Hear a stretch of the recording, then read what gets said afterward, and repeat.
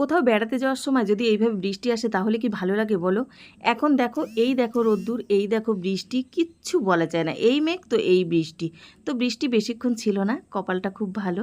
তো আমরা কিন্তু গুছিয়ে গেছি, বেরিয়ে পড়েছিলাম। আর তোমরা তো জানো ছোটোখাটো বিষয়গুলো আমরা যারা ফেসবুকে ভিডিও দিই তারা কিন্তু ছোটোখাটো ভিডিওগুলো মানে দৃশ্যগুলো আর কি ক্যামেরাবন্দি করি।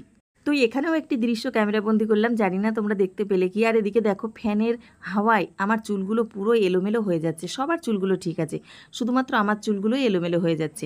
আর এখানে একটি বোন আমাকে বলল, তুমি তো জানলার ধারে সিট পাওনি, তাহলে আমি তোমার ভিডিওগুলো করে দিচ্ছি। আমার এটা অনেক দিনের অভ্যাস। আমি যখন ফেসবুক না করতাম তখনও কিন্তু আমি এই ভিডিওগুলো করতাম। আর এখন দেখো স্টেশনগুলো পুরো ভাঙাচুরো, মানে স্টেশন, কোনো স্টেশন চেনার মতন নেই।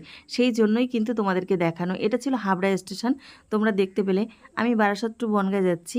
তো এখানে কিছু কিছু স্টেশন তোমাদেরকে তুলে ধরলাম যে কেমন পরিস্থিতি এখন স্টেশনগুলো। আর তোমরা কে কোথা থেকে ভিডিওটি দেখছো আর তোমাদের স্টেশনের কি খবর আমাকে কমেন্টে জানিও। আমাদের স্টেশনে কিন্তু এখনও পর্যন্ত মোটামুটি ঠিক আছে। মানে বারাসাত স্টেশনের কথা বলছি। দেখো বলতে বলতে কিন্তু আমরা প্রায় পৌঁছে গেছি বনগাঁ স্টেশনে। তো সন্ধ্যা হয়ে গেছিলো, আমরা বিকাল বিকালে বেরিয়েছিলাম, সন্ধ্যা হয়ে গেছিলো। তো এখানে দোকানগুলোও কিন্তু এখনও পর্যন্ত দেখতে পাচ্ছি। তবে এখানেও নোটিশ এসেছে, সেটা শুনলাম, এখানের দোকানপাটও তুলে দিতে হবে। তো সব স্টেশন তো তোমাদেরকে দেখাতে পারিনি, কিছু কিছু স্টেশন দেখিয়ে দিলাম।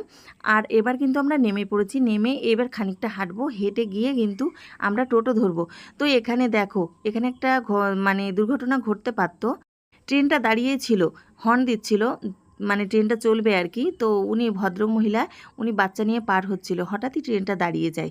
তো সবাইকে বলবো সবাই সাবধানে, মানে লাইন হোক রাস্তা হোক, সবাই সাবধানে পারাপার হবে।